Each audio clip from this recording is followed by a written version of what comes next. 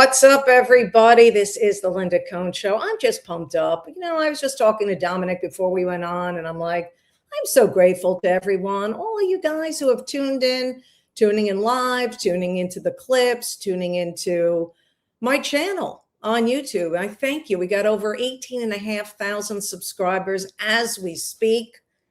I gotta love it. I do love it. Keep it going. Liking, sharing, and subscribing is the key. Really appreciate it. Coming up, the great Dan, Fourth and Dan, will join us with his NFL takes. Something new we're instituting with Dan the man, my son.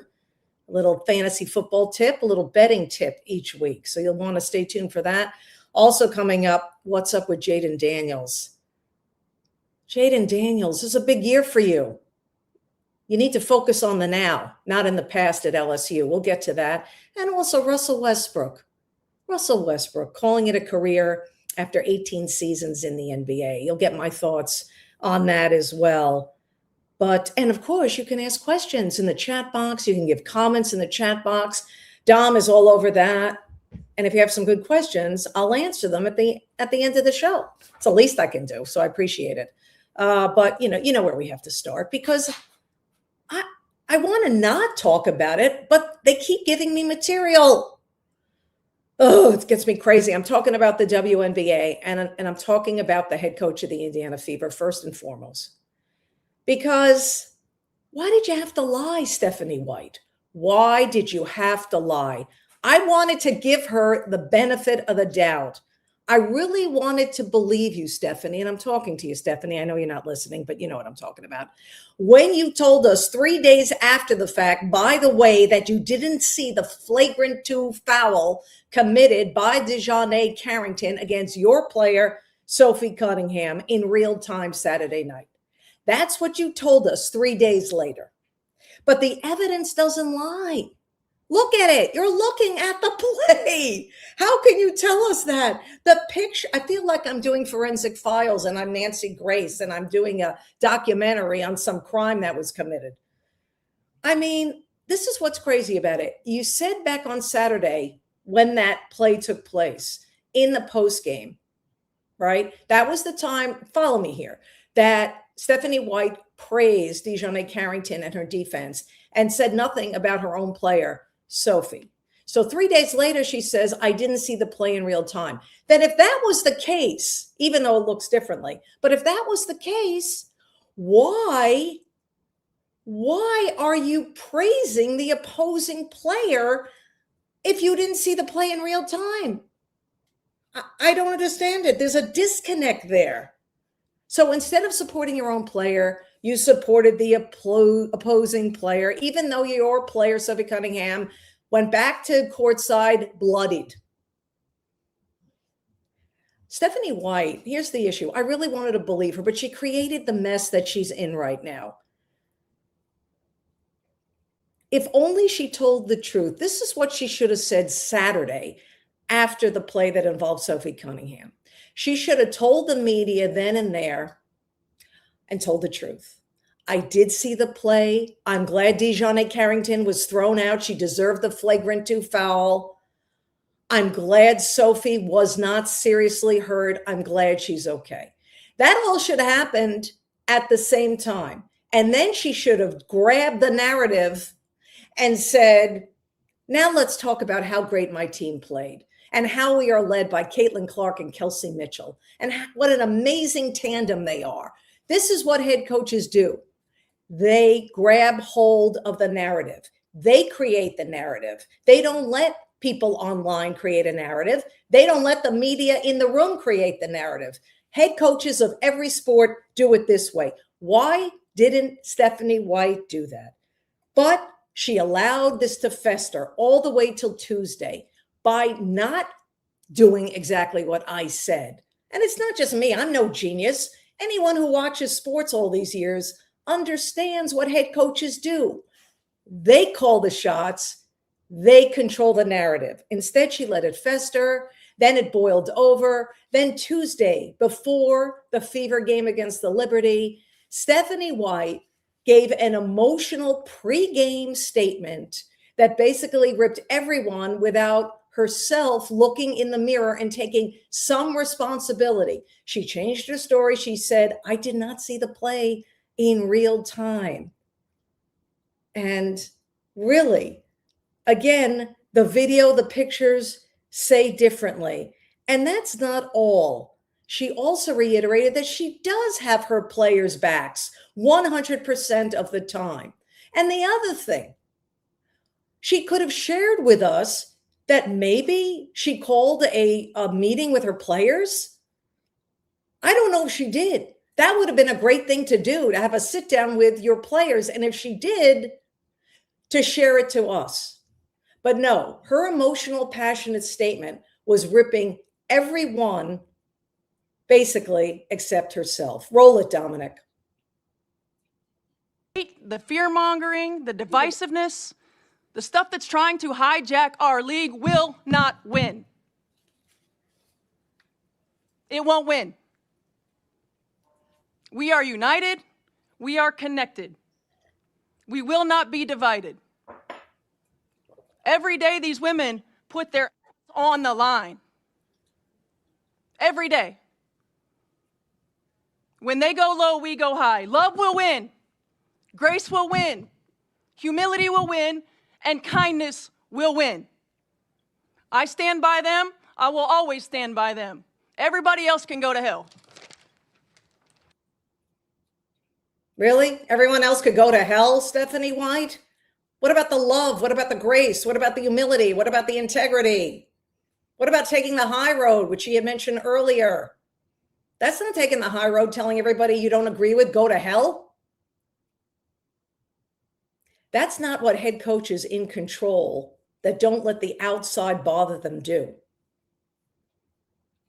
It was very disappointing because at first I was like happy that she was trying to take control of the narrative, even though it came a few days late.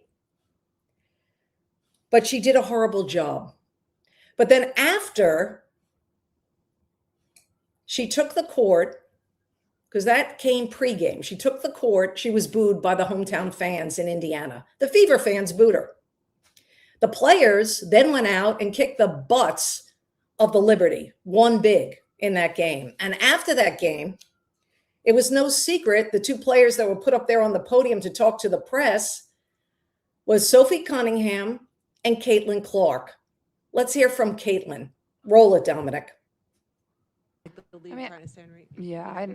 I talked to Steph earlier in the day too, and I think we forget a lot of times, like, we're human and she has feelings, and there's moments that are really hard, and sometimes that's just the job you sign up for. But at the same time, like, it's okay to feel those emotions. And I just told her, like, I've been through the same thing. Like, there's been days where I've been really upset, and you can have the thickest skin in the world, but sometimes it does get to you. And I think our world is just like, we love to hate, we love to divide. Like, that's all we want to do. Like, nobody wants to see each other succeed. And I think that's a really painful thing for myself to watch. I feel like we need to do a better job at uplifting each other. And I can assure you there was no way we were losing this game tonight. And I told her that. Caitlin Clark, once again, the adult in the room, articulating perfectly, doing the right thing, taking the high road, supporting her head coach, even though the body language in the past by her, by Cunningham, by other players during those press conferences when Stephanie White speaks, not all that good, which I have noticed over the weeks. But Caitlin Clark took the high road there. Why not? She should, because she cares about winning. She knows this team, a very entertaining Indiana Fever team. They are so good. I mentioned Caitlin. I mentioned Kelsey Mitchell, Aaliyah Boston, Sophie. I mean, they're playing with such great chemistry. Why ruin that? Why distract from the main goal, which is winning a championship? And that's what Caitlin Clark wants to do. She knows if she rips her coach, or if she, I don't know, if she kind of like hems and haws and sounds fake, that'll be a distraction. And that's what she doesn't want. She knows how good this team is. She talks like a head coach right there, does Caitlin Clark. She knows this team has a chance to win it all. She's not going to blow it by ripping her coach. Now, at the end of the year, things could change. Maybe they will have a players' meeting. I know management, came out with a statement earlier this week that they support Stephanie White and she's doing a great job, blah, blah, blah, blah, blah, blah, blah. But you know how those go. We'll see what happens at the end of the year. Here's what I hope happens. I hope Stephanie White, this is a wake-up call for her. It would be great if she stayed on as a head coach, if she changed her ways a bit. I hearken back. I never thought I would say hearken, but I hearken back to Tom Coughlin. Yes, I'm a big Giants fan. And if you remember when Tom Coughlin was the head coach at Jacksonville before he got to the Giants, he was a hard-nosed son of a bee, right? Players didn't like him all that much. He comes to the Giants. It didn't start off great. I remember Michael Strahan getting into it a lot with Tom Coughlin, and they talked. They had a meeting. And he echoed what players in the locker room were saying about their head coach. And guess what happened? Tom Coughlin looked in the mirror, altered his ways a bit, changed his personality a bit, understood the players a bit more, where they were coming from. And Tom Coughlin went on to win 2 Super Bowls with the New York Giants. That's what I would like to see from Stephanie White. It can happen. You don't have to lose your job. Just change your way and look in the mirror and stop the blame game. Question is, will she do it? All right. Wednesday night, I couldn't believe what I was looking at. DiJonai Carrington at it again, playing against Golden State. Early on, she got whistled for a technical because she was arguing a personal foul against her. Okay, whatever. Then later on in the game, she's making contact with many players from Golden State, and one you can't just ignore. Her hand went right into the face of an opposing player of Golden State. One of her nails basically went in this woman's eye. Those nails are a lethal weapon. Usually I don't knock, people with nails. They cost a lot of money. But I don't know if with the length of these nails that you should play in the WNBA. But that's neither here nor there. I mean, here's the thing. Why is DiJonai Carrington even in this game? This all could have been avoided if the league suspended her, as they should have, for the flagrant 2 foul against Sophie Cunningham. But no, that never happened. Also, the league never did anything about the posting on social media after she was ejected. That's against WNBA policy. She broke a rule. But guess what? No suspension, no fine, nothing. What kind of message does the WNBA continue to send? Why do they have rules? So DiJonai Carrington shouldn't even been in this game. But there she was, and there she is, making contact dangerously with opposing players. So much for one of the greatest defensive players in the league.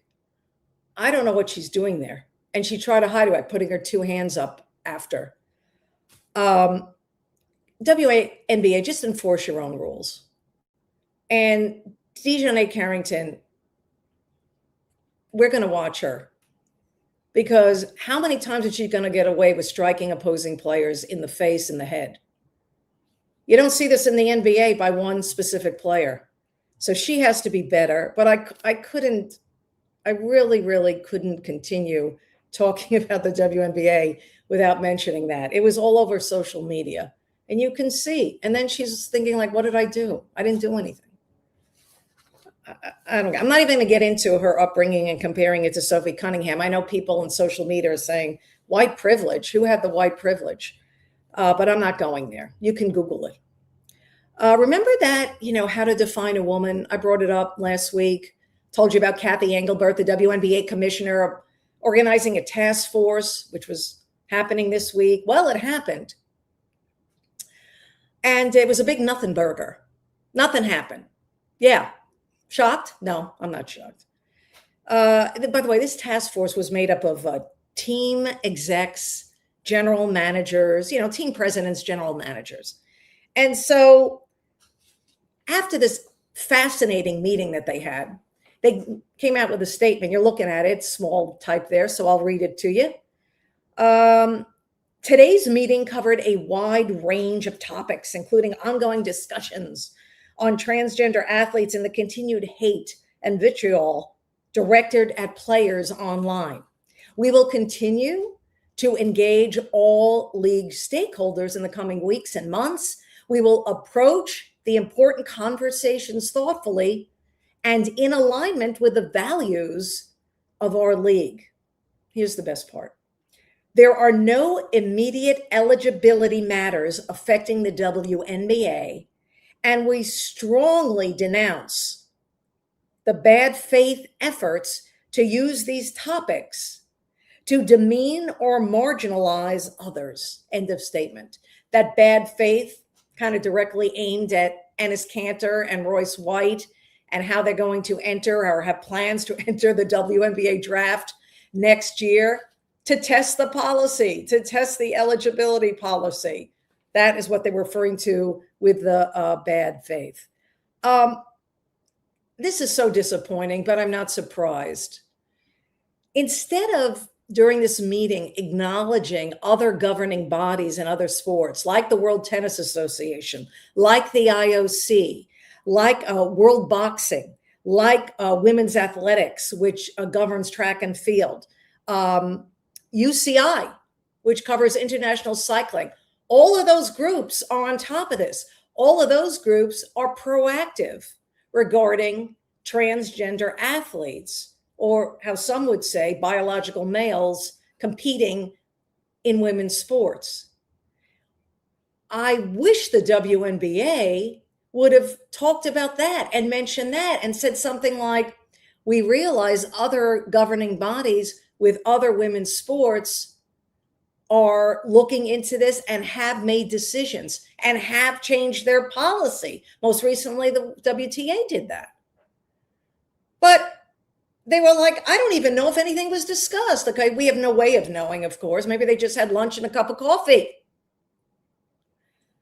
But to not acknowledge this could be an issue, because you hear that from the other side. You always hear, oh, well, there are no transgender athletes playing in the WNBA right now, and no transgender athlete has applied to play in the WNBA. Well, here's what you did. You just created a bigger hole for yourself to climb out of. You just created a heavier obstacle to move down the road. Instead of just right now taking a hold of it, being proactive, saying something. Maybe you didn't get, you didn't change everything. You're not going to change it right there after one meeting. You have to go through collective bargaining and all that. I get all that. But you could have at least acknowledged what is going on in this world right now and be prepared for it. Obviously, they did not do that. All right, I just put a bow on that. I can't even talk. It's getting me nudgy, as I like to say, all these WNBA topics. But there are some great things going on in the league, and I do watch, and I do see, and I hope you're noticing all the records that are being broken and all the great play that is taking place, because we're not ignoring it. It's just these other topics off the court and on, when it comes to DiJonai Carrington, overwhelm in the hypocrisy and the rules not being enforced. And the officiating still one of the biggest topics that have to be looked at continuously. Boy, I hope it gets better in the playoffs. Well, I won't hold my breath. All right. Can we talk about Jayden Daniels? Can we talk about he needs to get rid of some people around him? He's getting bad advice. Here's what we know. There was an ESPN report that said the franchise quarterback for the Washington Commanders, he used to play at LSU. He has this lawyer, his team, and he says, the lawyer, that Daniels is disappointed, disgusted, and reportedly informed LSU, the lawyer did, that it can no longer use Jayden Daniels' name, his image, and his likeness. That's right. According to this lawyer for Jayden Daniels is not happy with his alma mater, where he spent 2 years at LSU. At the center of the dispute, the LSU Tigers are allowing sophomore corner DJ Pickett to wear the number 5 jersey that Jayden Daniels wore when he became LSU's 3rd Heisman Trophy winner. That was back in 2023. Now, Daniels' jersey hasn't been worn, that number 5, hasn't been worn since Daniels wore it back in 2023, but that changed, okay? Because of this kid Pickett is wearing it now. Daniels wants to be treated, reportedly, the same way Joe Burrow has been treated. You see, Joe Burrow last played at LSU in 2019. Joe Burrow's number 9 jersey hasn't been worn since he left in 2019. By the way, Joe Burrow also that year won a Heisman Trophy, but he also did something that Jayden Daniels did not do. He led LSU to a 15-0 record and a college football national championship. Then Joe Burrow was off to the Cincinnati Bengals of the NFL. Jayden Daniels, just in case you forgot, he's no schlub. I mean, he had a great 2 seasons at LSU, especially one season in particular, when he, obviously in 2023, he won the Heisman, as I mentioned, but he did not win a national championship. His numbers in that Heisman year were off the charts great. It was really, I don't have the numbers in front of me, but they're amazing. You know, running for touchdowns, throwing for over 4,000 yards. You know, his accuracy was amazing, showing off the big arm. That's why he was the number 2 overall pick. He's great. But for some reason, why is Jayden Daniels caring about somebody wearing his number 5 jersey? I mean, he's not going ahead and saying, oh, my jersey should be retired. And technically, Joe Burrow's number 9 jersey is not retired. It just hasn't been worn since 2019. But here's what I would say. Jayden Daniels, focus on the Commanders. This is a big, big year for you. Everything we're hearing out of Commanders camp right now about Jayden Daniels is great. He's becoming a leader. All those years, couple of years, sitting right next to, in the locker room, Bobby Wagner, a veteran leader who's no longer there. Neither is Zach Ertz. Guess who is becoming the leader that the Commanders need? It's Jayden Daniels entering his 3rd season. He's the franchise quarterback. This year is big for Jayden Daniels. He's coming off last year where he suffered multiple injuries. I think he only played about 4 games.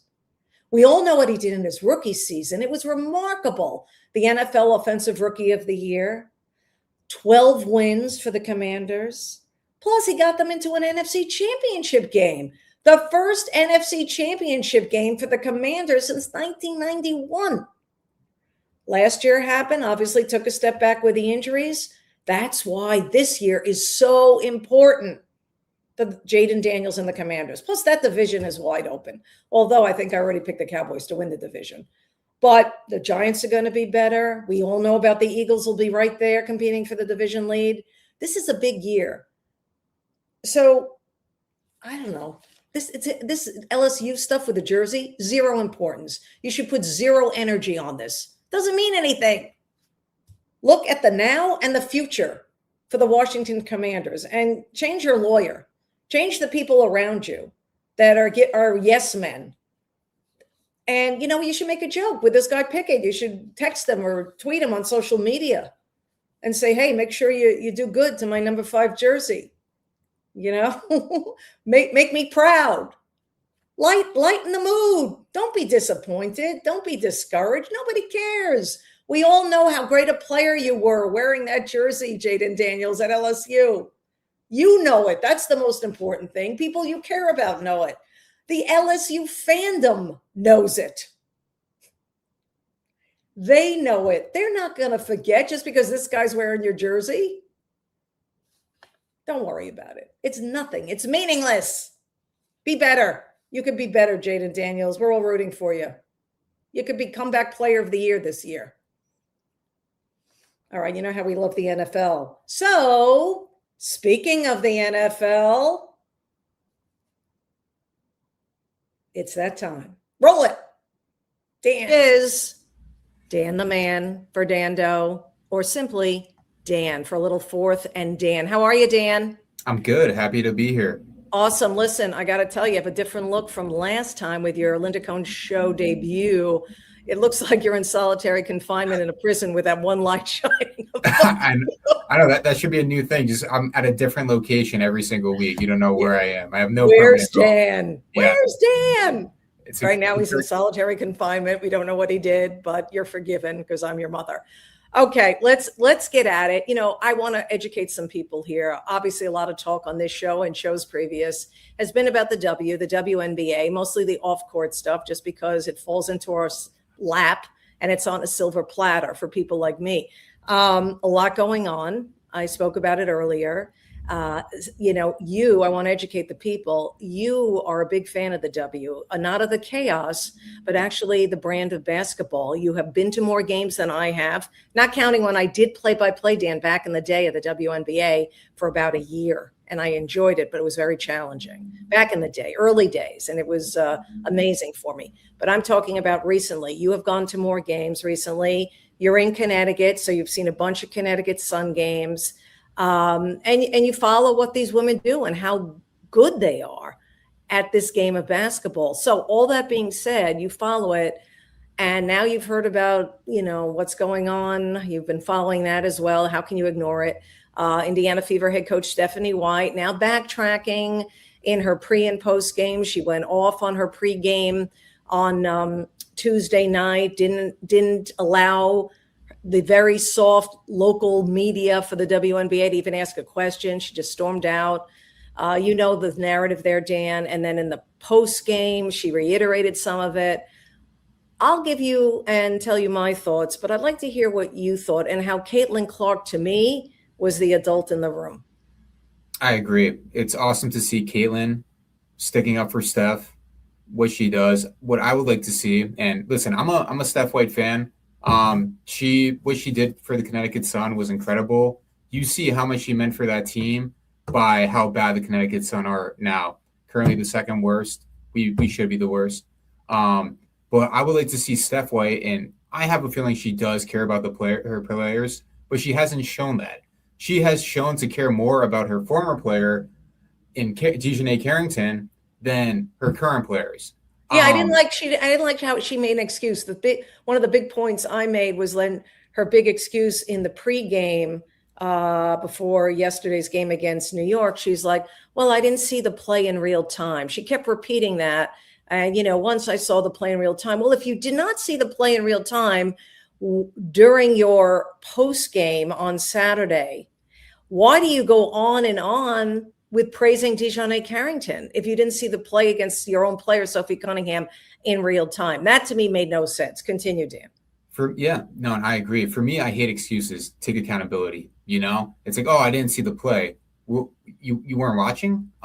Steph White's a great coach. She's a great player. She knows basketball, and it's a tough situation. But we have to remember she came from the smallest market in the WNBA. No eyes were on her. Even when the Connecticut Sun were good, no one cared besides people in Connecticut and hardcore WNBA fans. Now she's in Indiana, where you have a player with the highest ROI ever in Caitlin Clark. And again, you want to be able to protect her. And it doesn't seem like Steph White, I know she got booed. I don't think it's the best look, but you can understand why these fans are pissed. You do not want to see your star player getting hurt, and you do not want to see what's supposed to be your leader, the backbone of this team, and your coach not defending the players. Right, not defending the players. And, we talked about this earlier, Dan, me and you, and I said this, I tweeted about it, I posted about it. You see in other sports, even if the manager or the coach does not agree with their own player at that time in that moment, they back their player and have a private conversation later. You see it in all sports. That's what stuck out for me as well. And that's why she doesn't understand why she got so much criticism online, not only from me, but millions of people, because we're all sports fans. And we all see how other coaches, managers of pro sports leagues deal with situations like this. Right. And going back to it, we've seen Caitlin Clark, and she's faced a lot more aggressive, play against her than I think a bunch of what other people have had to deal with. And I think, and this is me, I used to not be a Caitlin Clark fan. UConn guy. You were, and I had to keep convincing you she's the real deal. Yes. Right. I won a parlay with her, and then everything changed, and then things got easier. And again, Caitlin Clark's the greatest thing that happened in the WNBA as far as profitability, ratings, everything. She's a saving grace, and you need to protect her. And it's just unfortunate. Yeah. I think to put a bow on the WNBA talk here right now, I think I'll say it again. It was a wake-up call for Stephanie White. It's a little different in Indiana. The league is a little different now, and you have to be conscious of that. And you have to look in the mirror more than you're looking at outside forces that you continue to blame 85% of the time. And I hope for the good of the game, for the good of Stephanie White, I hope she's learned that. And I'm glad, Dan, and you agree with me because we spoke about this earlier, she went out in front of this. It may not have been pretty. She even said, I'm only human. I'm not perfect. Paraphrasing there. But at least she got out in front of it a little later than I would have liked. Should have did it Saturday after the game Saturday. She did it before the game Tuesday and then after the game Tuesday. Better late than never. So hopefully everyone can focus on Indiana, the Fever. Stephanie White can continue to do better supporting her own players. And then they can continue to improve, and they are championship contenders, and they do play a fun brand of basketball. All right, Dan, time to switch gears. 4th and Dan, it's what we love. We're going to, I think this is cool. I think, we're in the early stages of 4th and Dan, and I was like, Dan, I'm thinking to myself, what does Dan love? Well, Dan used to love betting, but now he's controlled that. So now Still do it occasionally. But very smart. Football leagues, Right, very smartly you do it. And Dan loves playing fantasy football ad nauseum, like a million leagues. How many leagues are you in? Last year I was in 8. I think this year it's only 7. So okay, great. Way to cut back. Trying to make cuts. Okay, great. All right. So you know a thing or two about these two issues. So I thought let's introduce in 4th and Dan some fantasy football tips and some betting tips. And I want to start with your betting tip of the week that people may be like sleeping on. They may not be aware of this. The floor is yours. Right. I love futures. We're looking at Super Bowl, and I like to look at value. I think the best value pick, despite losing a key defensive piece, is the Chicago Bears. And right now they're the 15th. They're currently ranked the 15th favorite to win the Super Bowl, which to me, I think is extremely disrespectful. They went toe-to-toe in overtime with the Los Angeles Rams. Caleb, who had an incredible regular season, he threw 3 picks in the postseason that game. If he throws one less interception, makes just one less bad decision, they win that game. And we all know Caleb he's ready for greatness. He's done greatness. And I think it's good. Another year with Ben Johnson. He's really helped him. Caleb Williams has never thrown for more than 7 interceptions in a season. Turnovers aren't an issue for this guy. It was a one-time thing in the playoffs, and you're facing, again, a strong offensive mind in Sean McVay, an incredible Rams defense. I just like the value. It's at plus 2,400. I don't think you can go wrong. If you put a few shekels down with plus 2,400, just never know. You're not going to put down a lot of money because let's face it, the NFC has some tough powerhouses, beginning with the Rams, who everyone is giving them the Super Bowl this year already before a single game is played. So that's the kind of thing. I agree with you. When you see the like disrespect, you just never know. And especially in the NFL, where we saw the Seattle Seahawks come out of nowhere, led by Sam Darnold. I don't know if you have that information. I probably should have been better and looked that up. Right. What were they? What was their betting odds on this day a year ago? I bet you it was up there like plus 2,400. I think that's a fair take. Gino had them in a right middle of the pack spot. And I think with Sam Darnold, they thought it was going to be a little bit better. And it's good. Sam Darnold, what was great with him, he said he learned so much from Brock Purdy, where it's like, hey, you have all these weapons. Be a point guard. Be like Caitlin Clark. Feed the ball and let everyone else do the rest. And I think Sam said he learned a lot, and it shows. He looks like a great quarterback, and it's awesome to see a guy who was seeing ghosts on national television to proving people wrong. Yeah, love that. When guys are dumped on, and then they say, you know what, I'll show you, and they do it.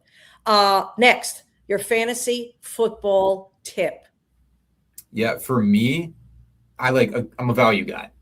Kyler Murray was just named starting quarterback. I think this is a great backup option for your starter.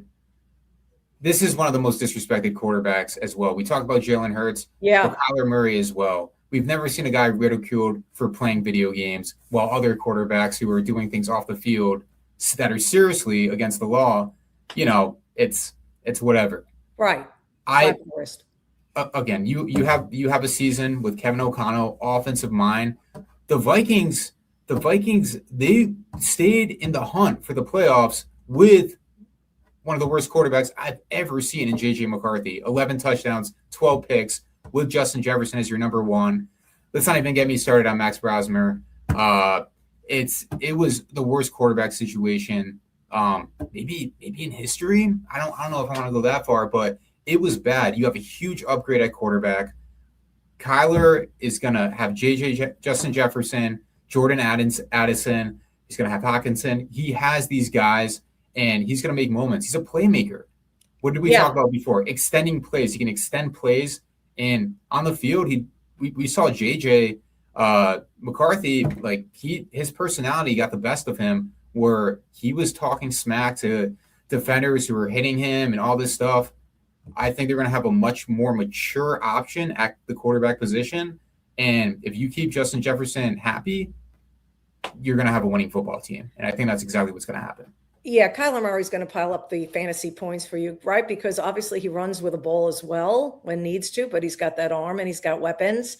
And I can't wait to see what he can do outside of Arizona. You mentioned J.J. McCarthy, and I think let's just label that as one of your fourth and Dan takes for this show. Sure. Wins a national championship with Michigan, picked higher than he should have by the Minnesota Vikings. They just thought his coach could save him and groom him and make him, the next Dan Marino or whatever it is. And it just hasn't turned out that way. Yes, he has injuries and that kind of stuff, but he really never showed any improvement, as you pointed out some of the stats. And he just wasn't handling it mentally as well. I know it's tough. I talked about this on a post about Anthony Richardson. It's tough when you are picked very high, and you should not have picked very high in the draft. And all that pressure is put on you as the next franchise quarterback. And you're a young guy. And in this world of social media and online narratives, it's hard to block that out, especially when you grew up with that. And I think J.J. McCarthy is going through similar things that Anthony Richardson did. Both injury plagued, both failing to progress. The thing with Anthony Richardson, I think he has more of an upside because of his size, athletic ability, 6'4". He did have a big arm once upon a time. He just has to be more accurate. So does J.J. McCarthy have any future, Dan, in the National Football League? And since I brought up Anthony Richardson, what are your thoughts on him? Right. What worries me, like you said, the difference between Anthony Richardson and McCarthy is, I think with AR, I hate to say there's a work ethic issue, but it seems like that's more part of it. This guy still has one of the best throws in NFL history. We all know that deep ball to Alec Pierce, that was great. I don't think J.J. McCarthy has a future in this league. I think the best option for the Vikings right now, not totally give up on him, but Carson Wentz should be the backup. Last thing you want is for something to happen to Kyler, and, chances are Kyler might be hurt for a couple games here or there, and you have a reliable veteran. Someone who, again, I know he's a shell of what should have been an MVP year, even though I'm a Tom Brady fan. That was Carson Wentz's MVP. You have a guy who understands the game, where JJ, he needs to really take a look at himself in the mirror, take a step back, learn from these two guys who have been in the league, understand things. Kyler Murray's the best quarterback in Texas history. He's arguably the best athlete in anything. It's just incredible. This guy does it all being 5'9". I just don't see a future with JJ, unfortunately, because with him, I think he works hard. It seems like he works hard.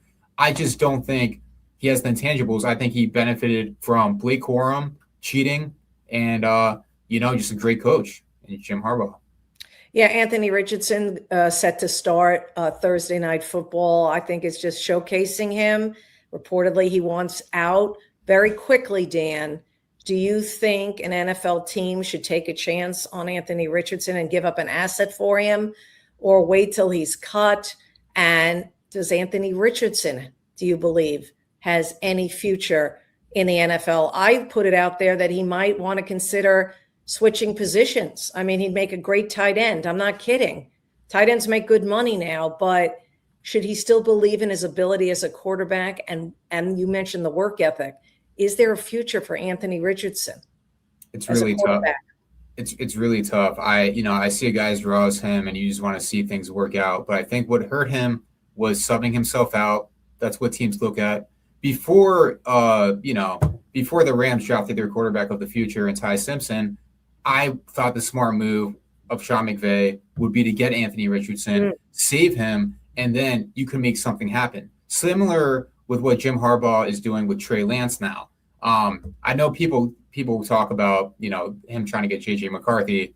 That's not happening. But with Anthony Richardson, unfortunately, what it looks like, I hope someone takes a feel for him. And the only reason he's not getting traded yet is because maybe the asking price might be a little bit higher than we think. Right. I think there is still a future. There's so much potential. He's so young. We have to remember he didn't play a lot of games in college. And it takes time for these guys to progress. I just think there's more intangibles there with Anthony Richardson. He's a better athlete. He's bigger. He's stronger. One of the greatest arms we've seen. If he wants to put in the work, I want to think the sky's the limit. But from what I've seen at training camp, seems like he's been checked out. Hopefully he can be checked in on a new team. Love it. All right. Good stuff out of you. Fourth and Dan Man, Fernando, all of the above. Always appreciate you. Have Feelings a great mutual. weekend. Awesome. Bye, Dan.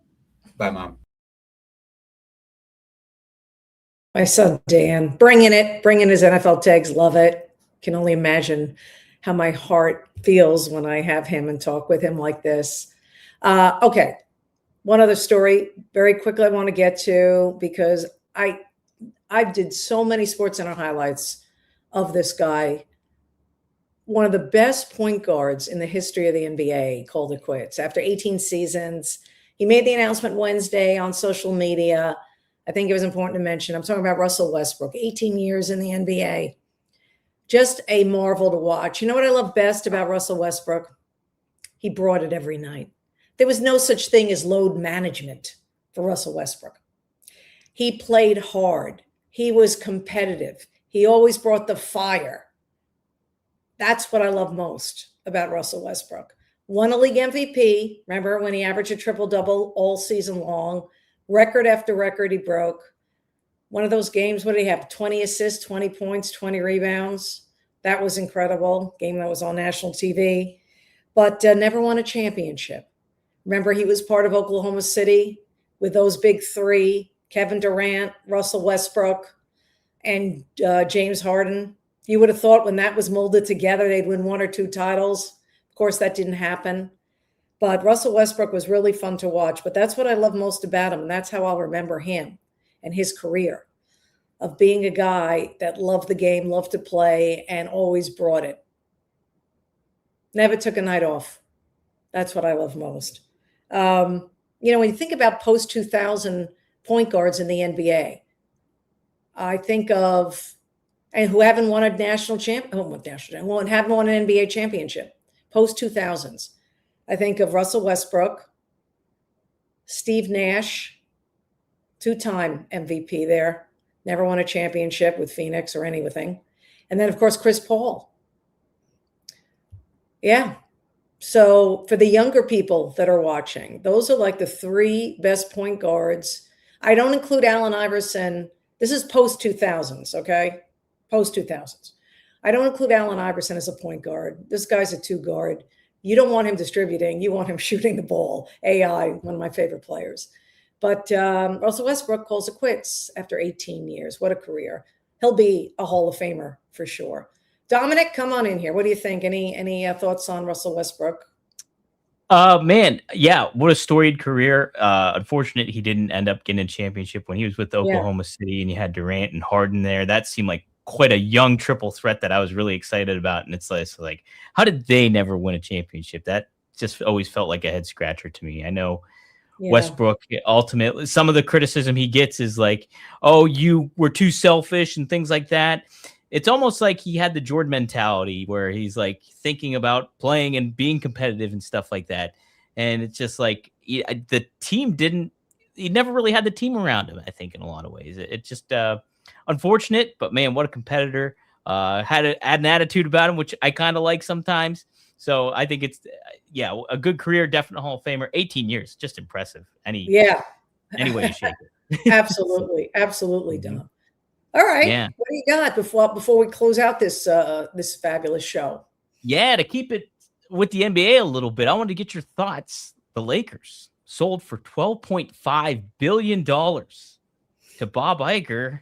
And I think Joshua Kushner, is that his name? I think it was Josh Kushner. I think it was. I think that's yeah. Here's the thing. Listen, I didn't get into the weeds in this story. It did kind of amaze me because then you have to say to yourself, wait a minute, wasn't just a year ago they were sold? Yeah. And I'm like, what just happened? What just happened? But this is what I compare to. This is what blows my mind. So yeah, Mark Walter, who basically he had the team officially for only 9 months. He was the technical owner for 9 months, even though it was a year ago because it was finally approved 9 months ago. And when was the last time, I say never, that an owner of a team, okay, usually when somebody with a lot of dough buys a sports team, a professional sports team, it's like their dream as a kid. This is like their hobby. This is their shiny toy, and they hold on to it forever. Not here. This guy, Mark Walter, made a few billion profit and he sold it. It was like he treated it like a condo, when you like said real that estate. Yeah. Like, I'm going to hang on to this. I know it's in a good location. I'm going to make a few more billion in the case of the Lakers. So that was my first take about it. And I had to do a double take to make sure it was true. But, well, there you go. It's the Lakers. And I saw something else, come to think of it, and I wish I would have had been in front of me, but it brought up a conversation about most expensive NFL teams. And it's still the Dallas Cowboys are number one. And I believe it went Rams 2, Giants 3. And would you believe your Jets were number 5? Who wants to buy the valuable? Jets? I forgot who was 4, but I'm telling you, I know the first 3. Giants were 3, Rams 2, Cowboys 1. I forgot who was 4, but I will never forget that the Jets made this list at number 5. The only person that'll buy the Jets is Gary V. That's the only person. Yes, we love Gary V. Yeah, he's saving up. He's saving up. I would buy him too if I had that amount of money. But, you and Gary V. It'll be mostly Gary V's money, but you can go. Yeah.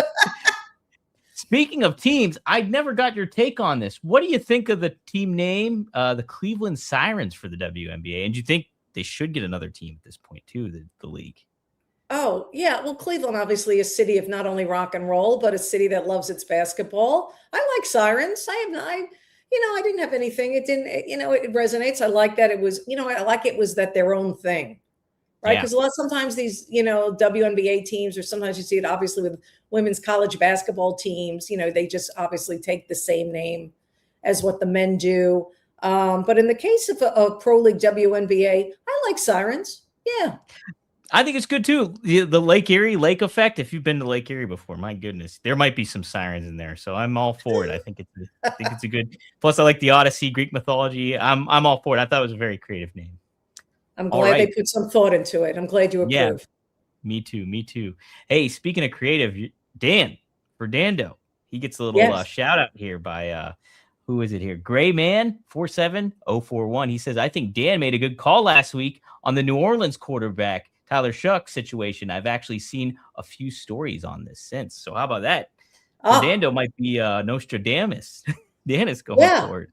No, he's great. As you guys will find out, and you've seen this in the first 2 weeks. And for those who missed the show last week, Dan came out and said, no one's talking about Tyler Shuck. Everyone's like, oh my God, this guy is a franchise quarterback for New Orleans.